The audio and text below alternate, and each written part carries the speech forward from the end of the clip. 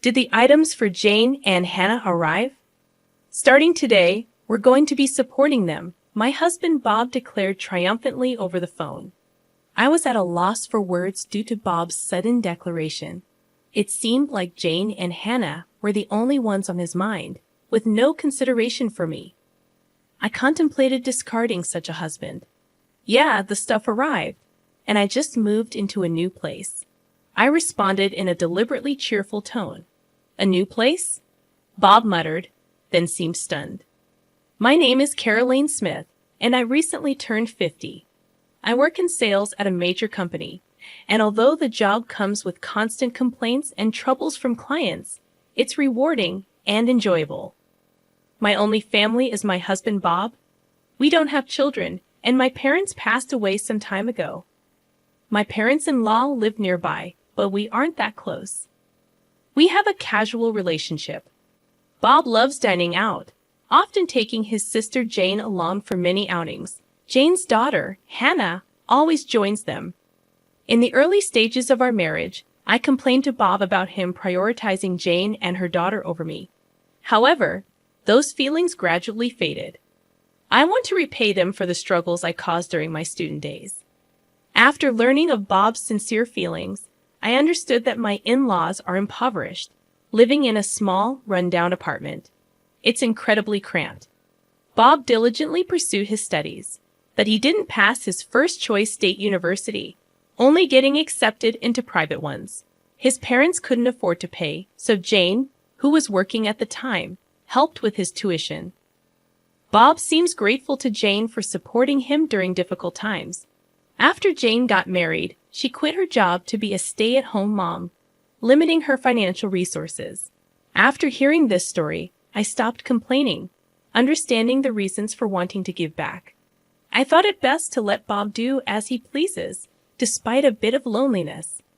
I'm going to go out to eat with Jane and Hannah now, Bob said. Bob is going to dine out with Jane and her daughter today as well. Have a good time, I said with a smile, seeing him off. Let's continue to live supporting each other with Bob, who values family. That's what I thought. However, the rift in our relationship happened about 3 months ago. One day, Bob approached with a serious expression, saying, "In fact, Jane's getting a divorce. She's decided to keep custody of Hannah." When I heard Jane was divorcing, I was honestly perplexed. Jane was the type of person I found difficult to deal with, going back to when I visited Bob's parents' house before we got married. Jane laughed uproariously at me, saying, "Bob, you're marrying her? She's so plain and has bad taste." Bob and his parents didn't say a word, acting like they didn't notice. So I had no choice but to endure Jane's rude behavior as I remembered Bob's declaration. I'm going to visit home every day for a while. Unlike you, who's thick-skinned, Jane is delicate. And I'm worried about Hannah too. Bob disparaged me with a calm demeanor. However, I did not retort. Arguing with Bob here and then, having him perpetually visit his parents' house would also be a problem. Take care. I couldn't say anything else and just saw Bob off. From then on, Bob spent more time away from home. Until now, he often came home around 8 p.m. on weekdays, but there were times when he didn't return even by the next morning. He was almost never home on weekends, and my loneliness just grew. When I returned from work and called out, there was no response at all, and the room was pitch dark. He must be at his parents' house again. With Bob's absence, I often found myself downhearted. However, when Bob was home, he began to annoy me more and more. That day, Bob was uncharacteristically at home, but he made an unthinkable request of me. Jane told me you haven't given a housewarming gift yet. You're so stingy. You're getting a bonus soon, right? Buy her a designer bag or something, Bob said, as if I must do so. A housewarming gift? Why do I have to give one? Why don't you do it, Bob? I responded in kind, but Bob instantly got angry. You married into this family, so Jane's your family too, isn't she? Don't you think it's ill-mannered not to even be able to do a simple thing like giving a gift to family? Bob berated me. The lecture from Bob went on for about an hour. In the end, he only said, Anyway, just make sure to give Jane and Hannah a gift before leaving the house. He's likely gone to his parents' house. I've never received anything from Jane, I murmured quietly. A few days later, I got a call from Jane. Hello, you heard from Bob, didn't you? You really don't think things through. Normally, you give a housewarming gift, Jane stated as if she deserved it. I got irritated at the selfish attitude, so I retaliated. You've never done anything for us either, have you? Even at our wedding, we didn't get a gift from you. During the wedding, Jane said with a smile, We're family, so we don't need a wedding gift, right? Anne handed over an empty gift envelope. But there's nothing inside, is there? I asked. Even when I asked, Jane put on an innocent face. I did buy the envelope, right? I'm so nice, aren't I? Jane said with full confidence. I was at a loss for words at Jane's utter lack of common sense, and Jane had absolutely no restraint. She heartily ate the wedding meal and drank several drinks outside of the course. Even when I handed Jane the catalog gift for the guests, she complained, Aren't there any luxurious items? If there were, I could take home several. Caroline, you really don't think things through. That was the outcome, with her complaining like that. Remembering all that, Jane replied with a scoff, You're my brother's wife. I don't need to give you anything, do I? You're the lowest in our family hierarchy. Rather, it's only natural for you to honor me. If you understand, go buy a new designer bag quickly. I was astounded at the way Jane spoke, unable to say anything. Hannah strikes up a conversation. Caroline, make sure you buy my bag too. It has to be the one exclusive to the Fifth Avenue store, or I won't forgive you. Bye, Hannah. Laughing loudly with a ha-ha-ha. Hung up just like that. Unbelievable. Why am I the only one who has to endure this? I heaved a big sigh. After that, Bob just stopped coming home. Whenever he did come back, he would take money from my wallet without any regard for my desperate attempts to stop him. You're always at home, so you're not going to use the money, right? I'll use it for something worthwhile. Be grateful. Waving a few bills, Bob left the house. I couldn't take this anymore. I was becoming worn out from Bob's selfish actions. Then one day, the doorbell rang, and I opened the front door. Hello, I said, and someone who appeared to be a mover said, Is this the residence of Mr. Bob Smith? We'll start moving the stuff right away, and began bringing a multitude of boxes into the house. I hurriedly tried to stop him, saying, Wait a minute, we didn't order this. However, the mover responded with a slight troubled look. It's Mr. Bob Smith's residence, right? We received a request directly from him. Perplexed by the mover's reply, I immediately called Bob. Fortunately, Bob answered right away. In the background of the call, I could hear the crude laughter of what seemed to be Jane and Hannah. I confronted Bob. There are movers here bringing box after box into our house. What's going on? Then, Bob said something completely unexpected. Oh, did the stuff for Jane and Hannah arrive? From today, we're going to be supporting them. I don't need your opinion, got it? Bob declared triumphantly over the phone. In the background, Jane started to speak. Welcome aboard. Since you don't have kids, you must be thrilled to take care of our Hannah, right? Be grateful. Hannah voiced her displeasure with a tinge of offense. What? This old lady is going to be like a parent? So embarrassing. I can't tell my friends. I was at a loss for words due to Bob's sudden declaration. Surely the in-laws' house must have become too cramped, prompting Jane to plead with him. Our house is bigger and has spare rooms. No doubt they were requested by Jane and Hannah, who knew about this.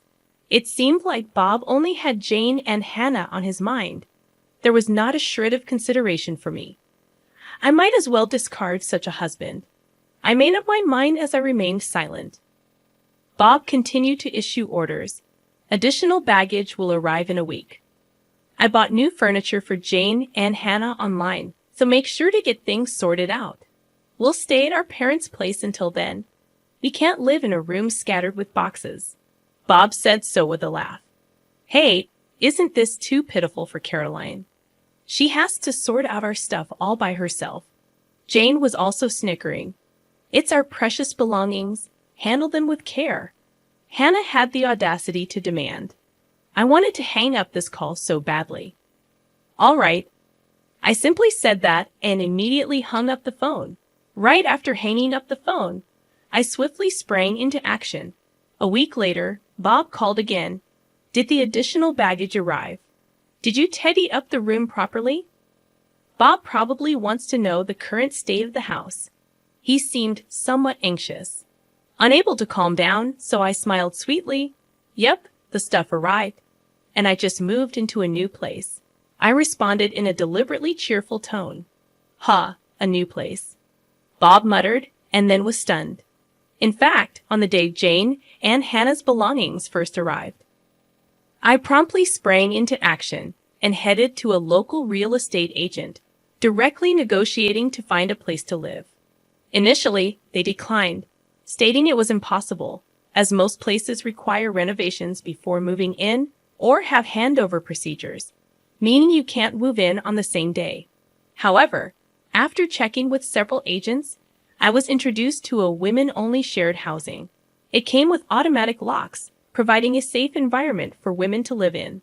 The bathroom, toilet, and kitchen were shared, and electricity and gas were already set up, allowing for immediate use.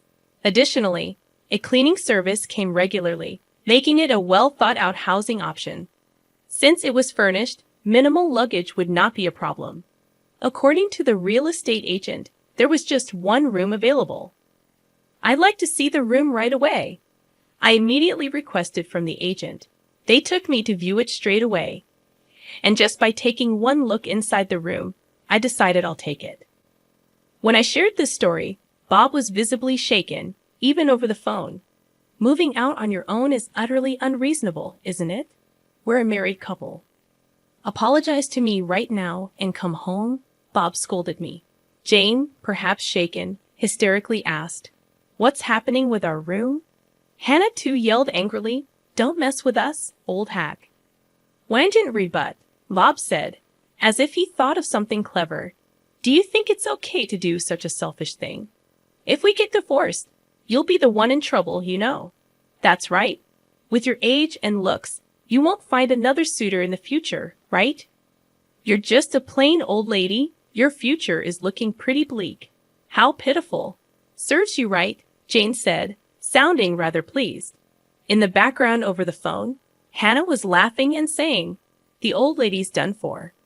At that moment, Bob said, sounding smug, If you apologize to us sincerely from now on, I'll forgive you. Unlike you, we're kind after all, he snorted through his nose, laughing. In the background of the call, Jane and Hannah were shouting in agreement, so I decided to set the record straight. Actually, Bob should be the one apologizing, don't you think? I know about the affair you're having. Bob was visibly shaken. The truth is, Bob had been cheating for over 3 months. The other woman was a colleague from his workplace. How did you find out? I thought I'd been utterly discreet. Bob asked, his voice trembling with fear. He must have been so sure he wouldn't get caught, so it wasn't surprising he reacted that way. Being the kind-hearted person that I am, I decided to tell him. I hired a private investigator just in case, because you've hardly been home, right? I thought maybe you were cheating. Good thing I trusted my instincts, and since Bob stayed silent, I just kept on going. I was shocked when the PI got back to me. They finished the investigation in 3 days. You were seeing her every day, huh?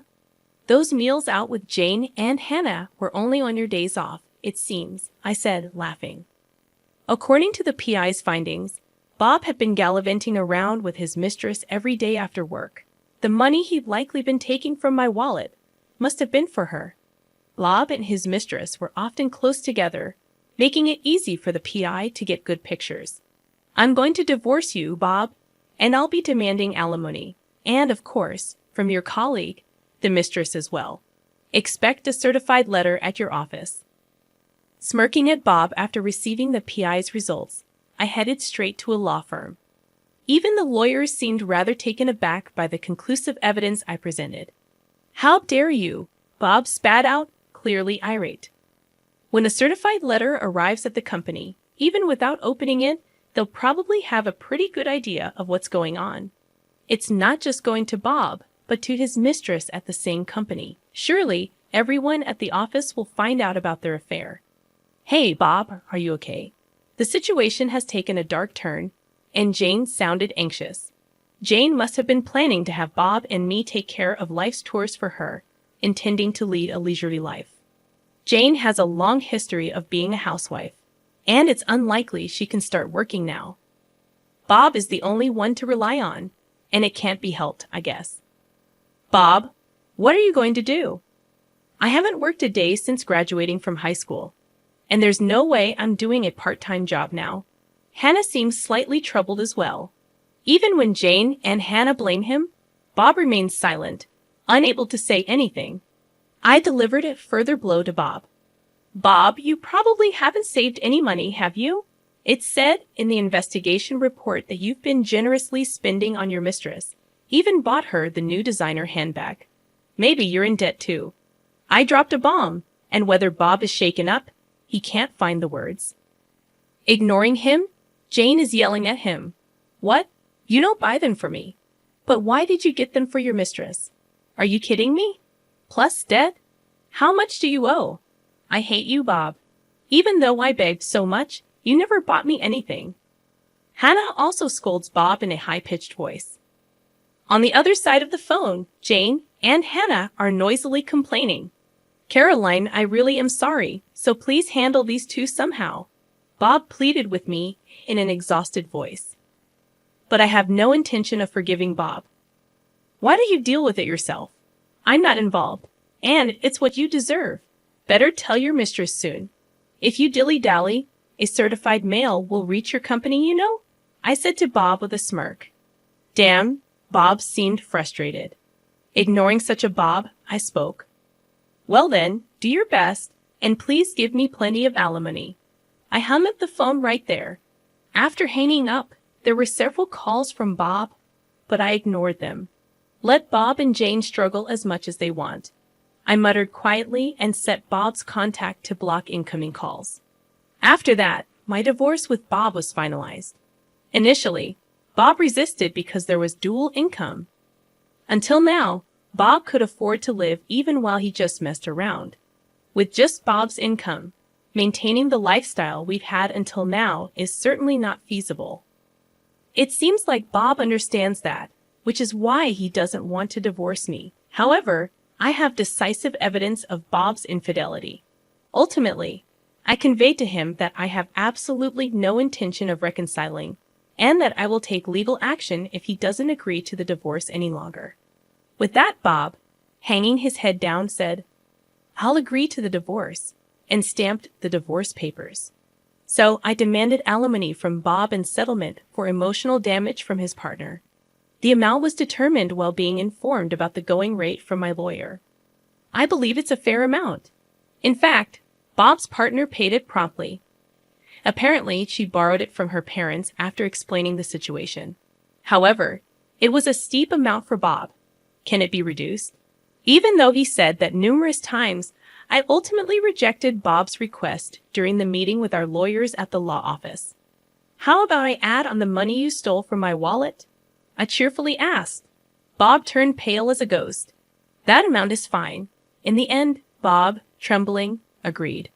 After that, both Bob and his partner resigned from their company. The reason was that their affair was exposed within the company. It seems that the delivery of a certified document brought attention to the relationship between the two. Even if the contents of the envelope were unknown, an envelope from a divorce law office tends to be pretty self-explanatory. One can generally guess what's inside. Eventually, Bob resigned because things got uncomfortable. Being the subject of juicy gossip around the office, perhaps he couldn't stand it. After leaving the company, Bob has been working in day labor via an agency. Due to his age, it seems he couldn't find another job right away. But payments won't wait. He has living expenses plus the installment payments of alimony to me, and the mortgage still has a long way to go. Moreover, the debts he likely incurred during his affair came to light. Life's probably going to be pretty tough, I bet. Sometimes I get messages from Bob through the lawyer to me. I was wrong. Please take me back. I'm begging you. I'm barely scraping by. If I'd known this would happen, I would have been nicer to Caroline, Bob says, reportedly weeping in front of the lawyer. I think he's really backed into a corner, but it's too late now. And the situation for Jane and Hannah doesn't look good either. Currently, they are living with Bob, but since Bob has no money, their living situation seems dire. One day, I got a message from Jane on my cell. I had blocked Bob's number, but I hadn't blocked Jane's. Seems like that backfired. Wondering what she could possibly want now, I answered the call. Hello, and the moment I answered, Jane begged me, please help us.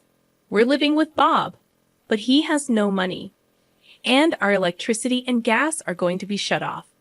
We don't even have anything left to eat, Jane spoke in an exhausted voice.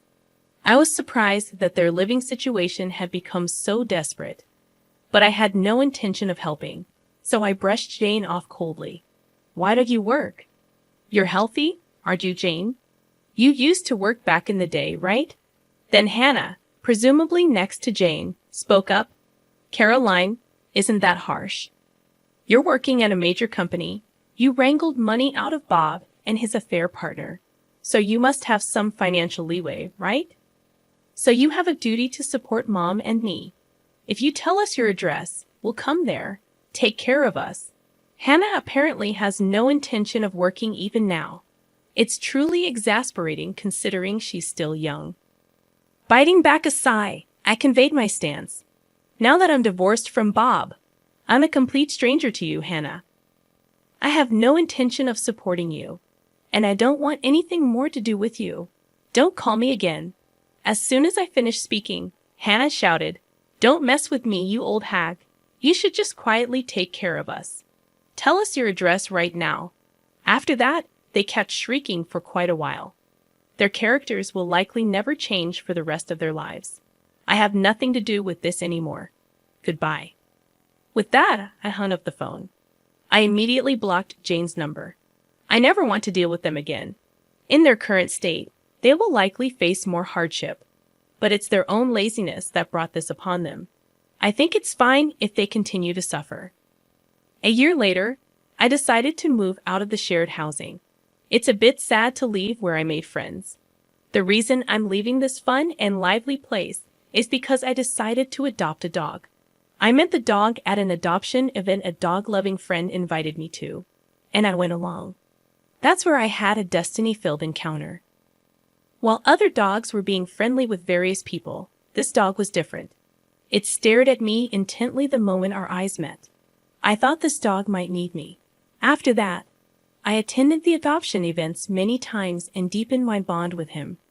After several visits, joyfully, I was allowed to adopt him. However, the shared housing doesn't allow pets, so sadly, I had to move out. Now I live in a pet-friendly apartment. Dogs don't betray you, and it's so cute when I call. He runs towards me joyfully. There will probably be various difficulties in the future, but I'm not alone anymore. I want to move forward, facing forward, supporting each other with this beloved dog.